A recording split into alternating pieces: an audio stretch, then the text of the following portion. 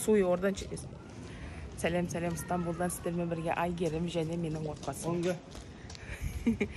Қалайсыздар? Біздер шаруаларымызды далаға шықтық. Үйдің айналасында бір шаруаларымыз бар еді, соған шықтық. Bir жағынан завтрак ішейік деп, таңғы асты, бір жағынан баланы оятайық деп шықтық. Бізбен бірге болыңыздар, тамашалаңыздар. Тек осылай келіп шықтым, ешқандай дайындалмай. Бүгін күн керемет болып тұр, қатты ыссы емес. Мынау біздің көше ағамыз, көшемелеріміз. Сол қазір бөрек жеуге барамыз. Осында шаруаларымызбен. Бала жолдасым жұмысқа кетеді, мен баламен паркке. Кетіп баратыр. Так бізде бөрек, мынау шпинатпен, шоколадпен, анау сырмен. Мынау бөрек, анау типа булочка екеуі. Ас болсын бізге. Мен! Анам! Окей, Пейні салдырacak bir şey yok mu? Gözüküyor mu? Öyle koyayım. Saldıracak mısın? Bugün yarın akşam şeyden bakarsın. Böyle kullanma. Nasıl? Bu ne? Bu? Kulak. Yok ya. Niye oğlum da? Nasıl da? Boşaltım artık. Anne bunu, anne bunu. Çok merak ediyorum. Burada nasıl?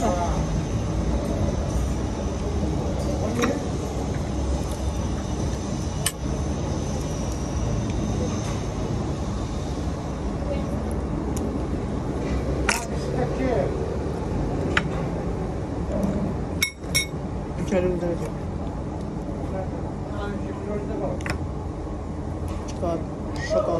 Şokolat.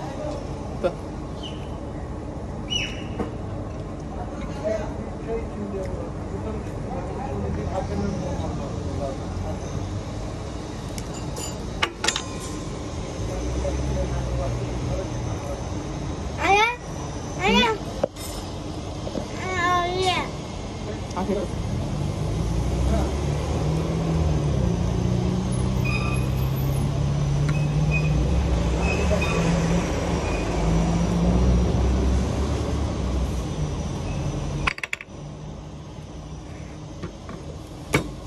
Parka gitmek ister misin? Ama bile. Yok.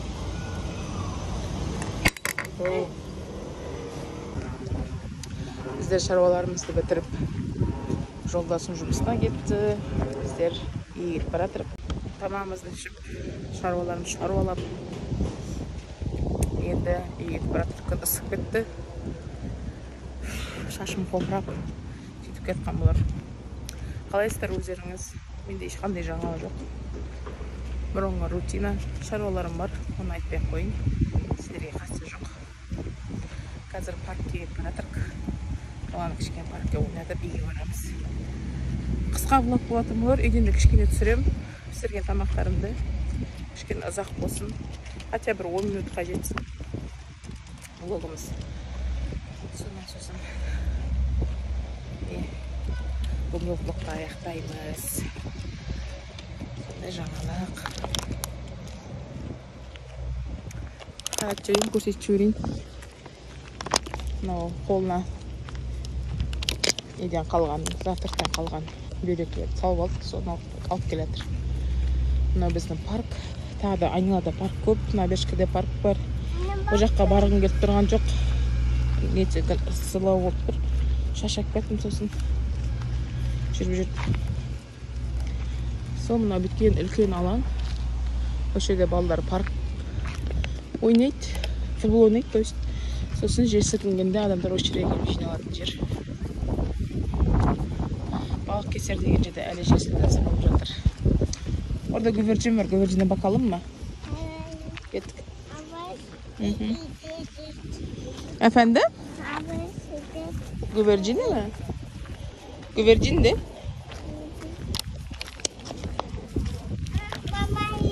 Güvercin mama yiyor. Mama yiyorlar. Sen de maman da verecek misin? Poğaça böreğini verecek misin güvercin? Yok hiç gerek yok. Orada bir sürü ekmek bırakmışlar zaten. Bak.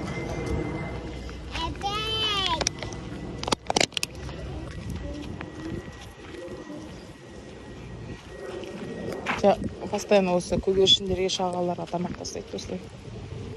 Именно осы жерге. Карбуз кабуында суда қоймыш. Су қойған екен.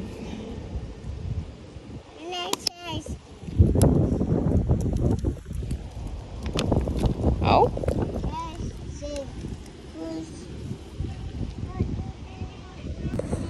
Daire çiz. Wow, benim oğlum daire çizdi. Sonra üçgen çiz. Üçgen. Üçgen çiz. Biri çizsene üçgen. Sen çiz. Çiz hadi. Üç köşesi olur. Dokunma obraz siyah. Kaka. Elindeki iyi. Elindeki mavi renk. Mavi renkle çiz. Паркте жүріп ойнап жүріп мынаны тастап өйстіп мусорларын тастап тастайды. Бар осы түріктер ұнатпаймын. Қолындағыларын түрікте бар, сирийцтер бар, бәрі біздің СНГ-шылықтар сияқты артын жинап жүретін мусорға салып. Чиз былай өздері жергілікті халық мусорларды, қоқыстарды қолынан тастап жүре береді. Біздерде даже мына жерде не жоқ, мусорный контейнерлер жоқ көп. Ана жерлерде тұр, көрініп тұр, бірақ сонда салмайды. Әдеттері жоқ салу деген, арттарын жинап жүру, шимешек шағып кетеді. Кейде ата-аналар бар ғой, балаларын ойнатып отырып. Лас негізінде халық. Біздің СНГ-ның елдерінде көбіне таза. Қазақстанда өте таза. Мысалы мен Қазақстанға барып өзім көремін. Мысалға Қазақстанға барғанда мен сразу байқаймын тазалықты. Мында тазалықпен, Қазақстанда тазалықты көзіме оттай бастады. Қазақстанда жүргенде бұрын мән бермейтін едім. Мында келгесін, осына тұрғаныма уже 5 жыл болды. Кейін 6-шы жылға кетеді бұйырса, ноябрьде, ноябрь емес, октябрьде. Сонда 6-шы жылға өтеміз. Содан уже мен байқаймын да, ластық. Қанша лас екенін Стамбул, қанша таза екенін Қазақстан. Сол балам мына жерде, мына жерге насып көрсетейін. Көрсетер ғой, мына жерге мысықтың ұясын тастап кеткен. Мына жерге мусорлар көрдіңіз ба, қоқыс. Осы мына жерге манағы. Бірақ бұл сейфі какая. Такамасын, ой, кіші қопармыш. Осы манағы не бор тастап кетіпті, сол борын есіп жүр балам. Үйге бір барып жақсылап суға сүріп. Чиз. Bu sefer daire çizer misin? Daire, kare, üçgen çiz, oval çiz. Oval nasıl oluyor? Oval çiz. Oval. Yok, oval çiz.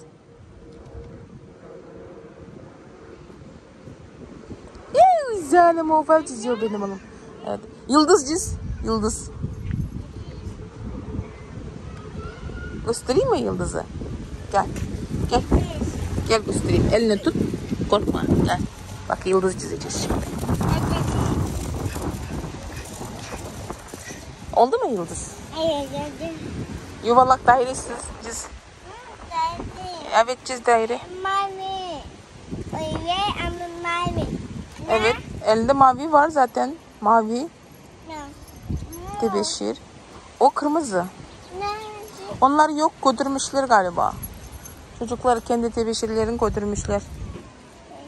Sadece bir tane hesabını bırakmış. Orada da şey var mıdır? Bakayım. Yokmuş hiçbir şey. Tek o. Bir tanesini bırakmışlar. Galiba unuttular o yüzden. Yoksa onlar onu da alır. Kendi oyuncaklarına, kendi kalemlerine sahip çıkmakları lazım. Zaten sahip çıkmışlar. Zaten bir mavi rengini unutmuşlar.